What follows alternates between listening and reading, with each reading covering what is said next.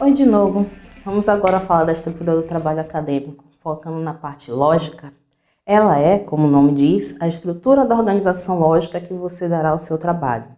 É aqui que você deve pensar as partes do trabalho, a sequência que vai apresentar. Entretanto, começo a apresentação desse vídeo trazendo a citação de Medeiros.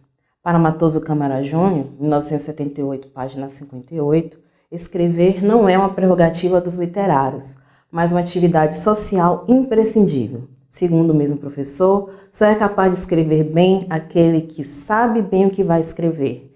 Isso implica aprender a pensar. Sem ter refletido sobre o assunto, o ato de escrever transforma-se num pesadelo. Então, embasando algo que eu já disse no outro vídeo, faz-se mais do que necessário estudar sobre o tema, ler sobre e refletir antes de registrar. Feito esse primeiro passo, podemos partir para o segundo, que eu, particularmente, recomendo que seja a produção de um esquema básico do trabalho. Uma primeira ideia é construir um sumário provisório, não precisa ser a versão final. Ali você coloca o título de cada seção e pontua o que deve ter dentro dessa seção. Você pode fazer também um esquema com frases que são cruciais para o seu trabalho e que precisam ser desenvolvidas. Qualquer que seja o plano escolhido, ele não deve ser encarado nunca como definitivo. Ao contrário, ele deve ser cuidadosamente examinado e, se necessário, modificado, inclusive naquilo que você considerou previamente como crucial. Entretanto, é importante fazer um exame crítico do material que se tem em mãos. E a melhor forma de caminhar com isso é produzindo questionamentos sobre o assunto, o conteúdo, os procedimentos de pesquisa. O assunto será questionado através de perguntas como: há definição adequada do tema no que se refere à pertinência, precisão e especificação? O tema não é mais uma duplicação de trabalhos já realizados?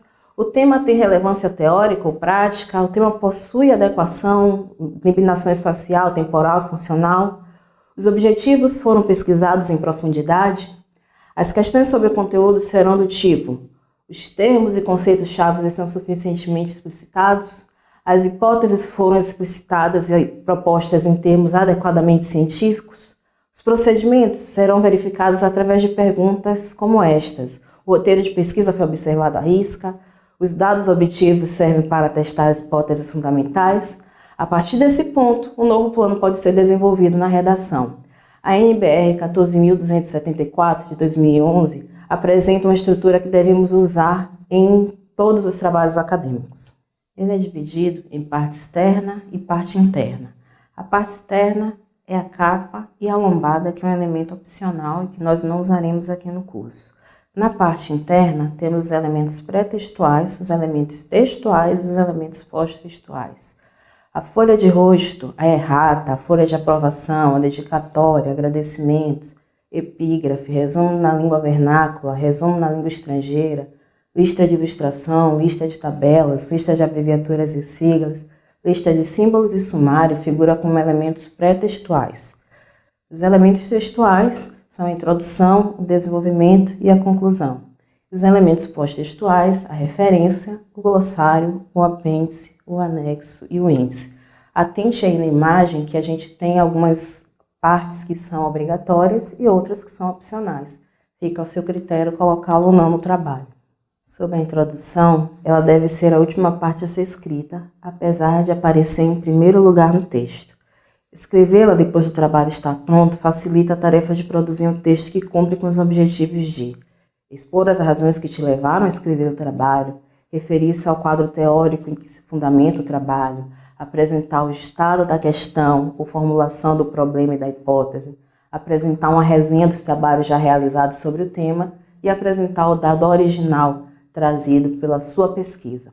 Orientar o leitor sobre os assuntos a serem abordados e sobre os critérios utilizados na estrutura técnica do trabalho, de modo a facilitar a sua leitura e sendo essa a maneira mais comum de produzir a introdução.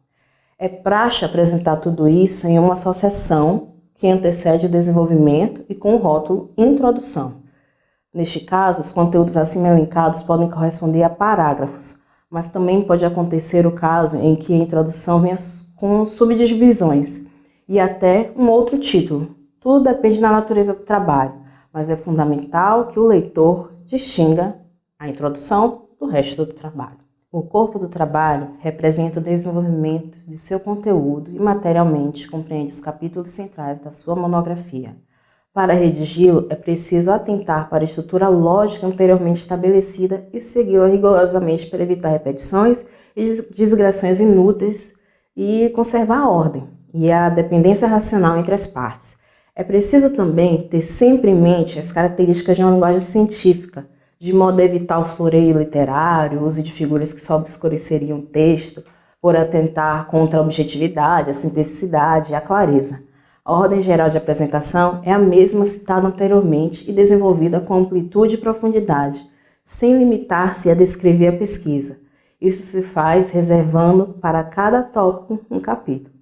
Os capítulos são elementos para-autônomos do trabalho. Algumas vezes aparecem como constituintes do que se chama parte. Isso é, uma divisão maior do desenvolvimento que pode encaixar diversos capítulos. São subdivididos em seções, que são segmentação lógica da matéria de que tratam.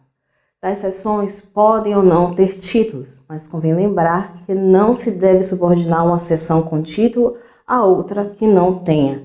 É uma questão de simetria, visto que a numeração progressiva, que está estabelecida na NBR 6024, de uso obrigatório em trabalhos científicos, deve refletir a hierarquia do texto. É importante lembrar que a função do texto não é aliciar o leitor, mas demonstrar as evidências a que se chegou a esse ponto da pesquisa. Portanto, o material apresentado não deve ser tendencioso, de modo a confirmar as previsões do pesquisador.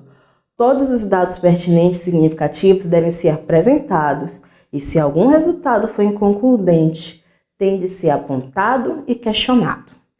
As conclusões, também chamadas de considerações finais, constituem um capítulo final e geralmente surge implicitamente ao longo do desenvolvimento e devem abordar, naturalmente, as temáticas já apresentadas nas sessões anteriores, tomando os devidos cuidados para não ficarem soltas no texto. É aconselhável apresentá-las de maneira mais concisa possível, praticamente sem comentários. Na verdade, segundo Salomão, teórico que pesquisa sobre o tema, que publicou em 1995, este último capítulo é uma resenha das proposições científicas a que chegou o autor, e ele, através de sua pesquisa, deve atentar para o que se segue. Elas devem ser categóricas, pertinentes, precisas e ligadas às partes anteriores. Não devem perder-se em argumentações, mas refletir as relações entre os fatos e a teoria de base do trabalho. As generalizações devem representar contribuições novas. Devem evidenciar as conquistas alcançadas com o estudo, mas também suas limitações e reconsiderações, isto é, a modificação de pressupostos do autor. Deve representar a súmula em que argumentos, conceitos, fatos, hipóteses, teorias, modelos, etc. se unem e se completam. Bem, introdução, corpo e conclusão. O trabalho está pensado. Segue escrevendo e aplicando o que você aprendeu sobre a norma.